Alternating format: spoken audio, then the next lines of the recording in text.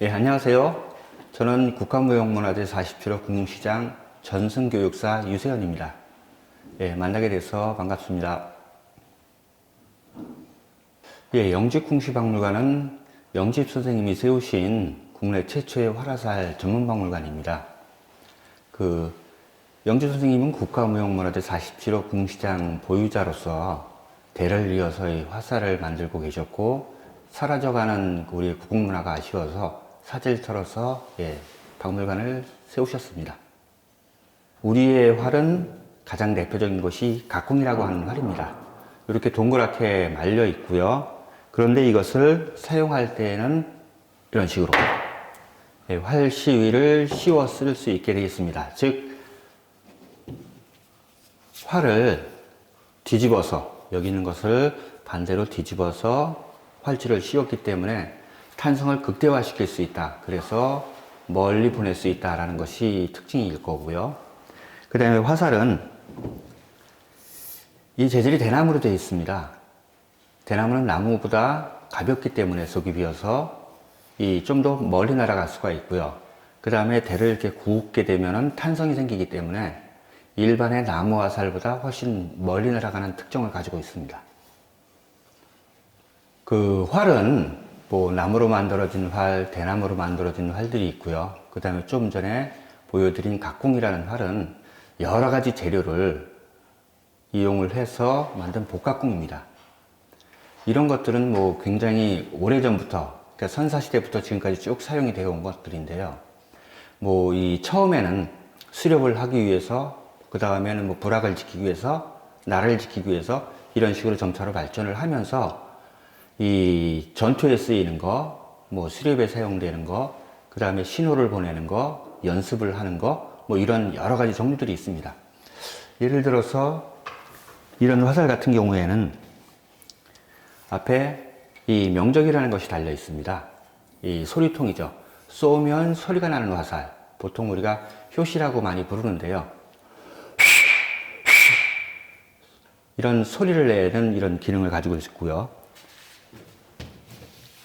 여기에 있는 이런 화살은 무촉전이라 그래서 안에 솜이 들어가 있습니다. 이 말을 타고 이 둥근 공을 끌고 가거든요.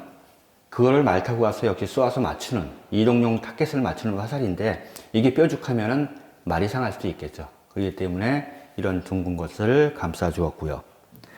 그 다음에 이런 것들은 위협전이라고 하는 가장 많이 사용됐던 화살입니다. 이 화살은 화살 쫓듯이 이것도 날카롭지가 않죠. 우리는 예상외로 우리가 화살하면 뾰족한 화살들만 생각을 하는데, 이런 둥근 것들, 이런 것들이 훨씬 더 많이 연습에 사용됐던 화살들입니다. 지금 여기 있는 이런 화살들이 전투에 사용된 전투용 화살들입니다. 제가 이걸 직업으로 삼은 게 한 35년 됐습니다. 그 전에는 원래 저희가 그 화살을 만드는 그 집안이어서 아주 어렸을 때부터 하는 게 있어요.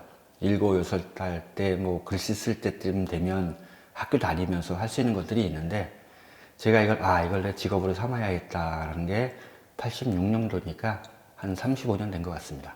예, 이건 가업입니다.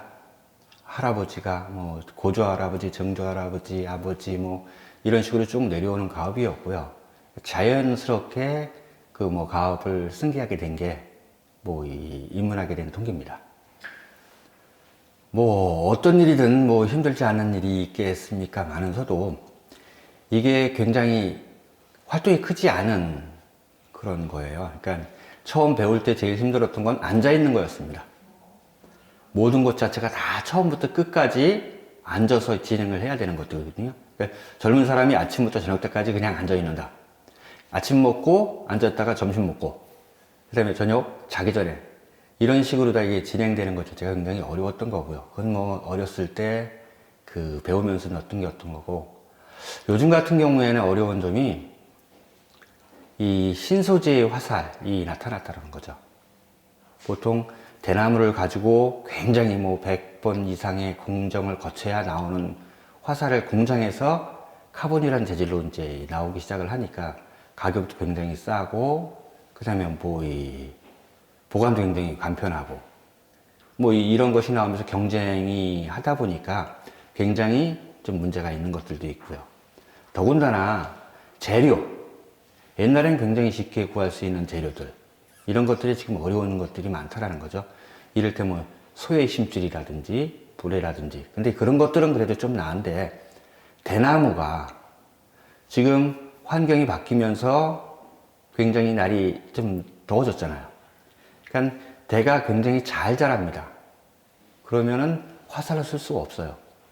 뭐 이런 그다음에 화살의 깃털 같은 경우에도 옛날엔 뭐 독수리의 깃, 수리깃 이런 것들도 화살이 큰 중요한 재료였는데 지금은 뭐 수리깃 같은 거 쓸 수가 없잖아요. 뭐 이런 어려움들이 좀 있습니다.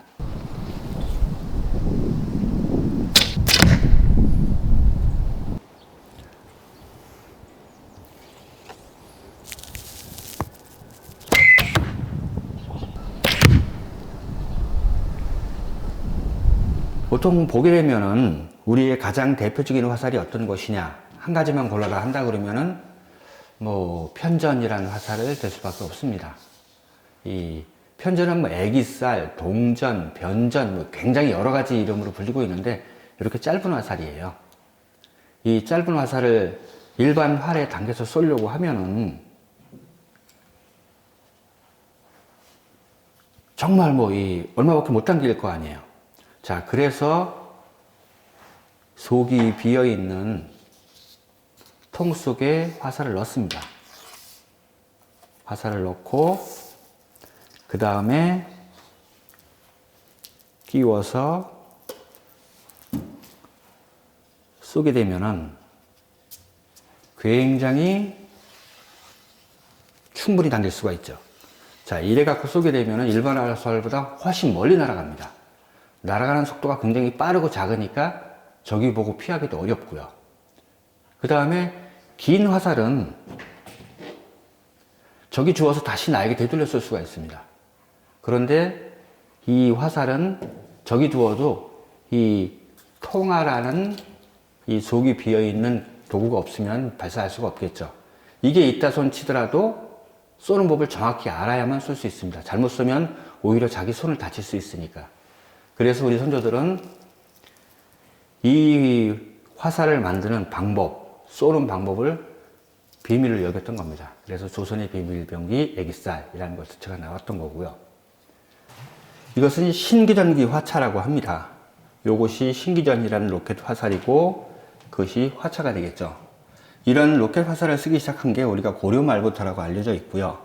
그 다음에 조선의 세종 때쯤 돼서 신기전이라는 이름을 얻게 됐습니다.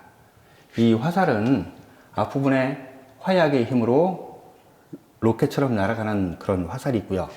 그 다음에 이 아래에 있는 화초는 세종의 아드님인 문종께서 직접 창안을 하신 거여서 요즘 사람들은 이것을 문종화차라고 부릅니다. 예, 우리 화살들이 여러 개가 있는데요. 그 중에서 가장 기본이 되는 화살, 유엽전을 어떻게 만드는지에 대해서 대충 얘기를 해드리겠습니다. 대잡이라고 하는 작업 또는 대를 잡는다, 부잡이라고 하기도 하고요. 뭐 불로 잡는다 그래서 그런 건데 대나무를 구워서 곧게 펴고요. 곧게 하고 지금 수증기가 나오잖아요. 이렇게 좀 더 수분을 적게 해서 중량을 줄이고 대나무의 탄성을 높이고 그러는 작업입니다. 대 무게를 측정하는 과정입니다. 이 약조를 가지고 무게를 달아야 얘가 어느 정도 무거운지.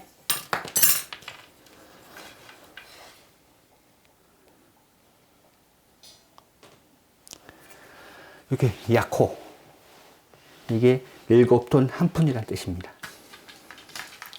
자, 대를 굽고 난 다음에 보면은 여기 마디가 이렇게 튀어나와 있습니다. 마디가 튀어나와 있으면은 날아가면서 공기 저항이 느껴지겠죠. 앞말이 좀 덜 날아가니까 화살을 매끈하게 하기 위해서 우선 마디부터 쓸고요. 마디를 두 칼로 쓸어서 튀어나온 부분을 없애는 거죠.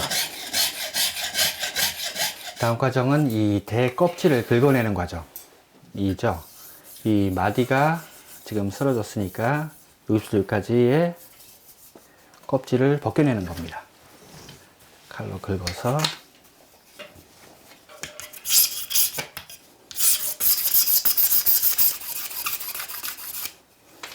이런 식으로 깎아내면 굉장히 곱게 되죠. 이 상태에서 쏘시는 분의 길이에 맞춰서 이제 이 대나무를 절단을 할 겁니다. 이게 작대라는 겁니다. 여기 보면은 이렇게 숫자가 쭉 써져 있고요.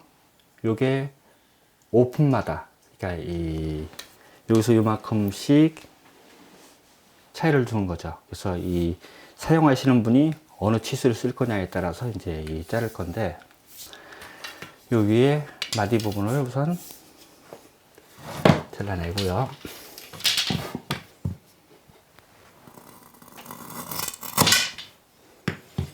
우선 잘라내고 여기서부터 잘 잽니다. 그래서 요거는 만약에 두자 8치다 그러면은 8치 부분에 대고 잘라내겠죠.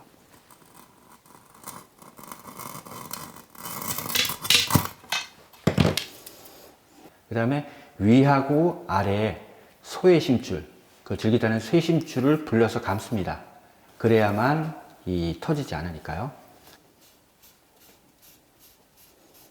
그 다음에 요 윗부분에는 활 시위가 끼워지는 홈이 있어야 됩니다. 온이라고 하는 거고요. 이런 식으로 나무를 깎아서 이렇게 끼워 넣는 거죠. 그 다음에 여기가 홈을 이렇게 U자로 파주게 되죠. 그래야 시위가 걸릴 수 있으니까.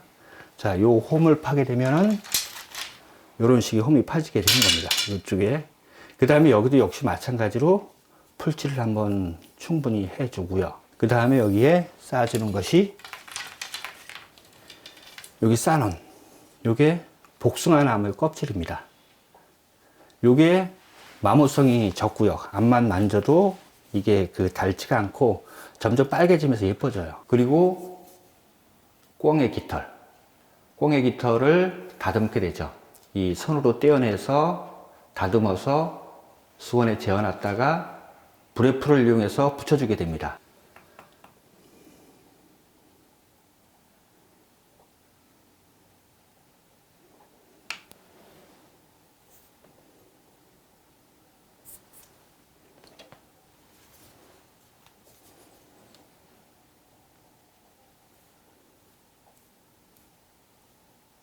보통 3개의 깃털을 붙여주게 되고요.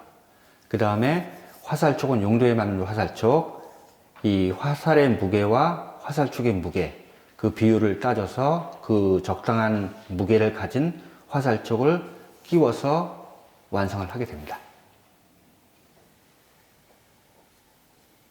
이루었으면 하는 소망들이야 어디 한두 가지겠습니까? 많은서도 무슨 박물관도 잘 냈으면 좋겠고, 그 다음에 제가 하는 그 화살들이 굉장히 진짜 명품이 되었으면 좋겠고, 이런 것들은 가장 기본적인 것들이고요. 그 다음에는 우리 활쏘기가 요번에 이제 국가무형문화재로 지정이 됐거든요. 140여호로. 그걸 계기로 해갖고 좀 더 지금의 활쏘기가 전통에 가까워졌으면, 전통에 가까워졌으면 이라는 것은 우리에게 굉장히 다양한 활쏘기 문화가 있었거든요. 근데 지금 그게 한 가지로 통일이 되어 있습니다. 그러다 보니까 어른들만의, 특수층만의 이렇게 쏠 수 있는 이런 거 비슷한 거로 돼버리고 말았어요. 근데 옛날에 아이들도 쐈고 어디서든 다 쐈던 것들인데, 이런 것들을 다시 끄집어내서 지금에 풀어놨을 때에 그래야만 우리 활쏘기 문화가 좀 풍성해지지 않나. 그게 좀 어떻게 됐으면 좋겠다 라는 게 제 소망입니다. 예, 저에게 화살. 저에게 화살이란 가족 같은 겁니다. 무슨 얘기냐면은 저희 고조할아버지 때도 화살, 그 다음에 할아버지, 아버지, 나, 이게 계속 그걸 연결시켜주는 이 하나의 구성원입니다. 계속 저에게 화살은 뭐 가족 같은 것이고, 지금 뭐 저희 아이들에게도 지금 전수를 하고 있는 겁니다. 그러니까 화살이란 우리 집안과 뭐 떼어낼 수 없는 가족 같은 관계다, 이렇게 말씀드리고 있습니다. 홍콩 시민 여러분, 영상으로 만나 뵙게 되어서 굉장히 반갑습니다. 이 짧은 영상이어서 우리의 국뽕 문화를 제대로 소개해드리지 못한 것 같아서 굉장히 좀 아쉽기는 합니다.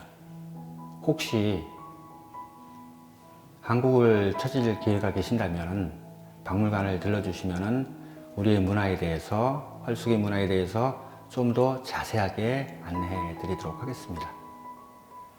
그리고 늦었지만 신축년 새해를 맞이해서 여러분 새해 복 많이 받으십시오. 예, 감사합니다.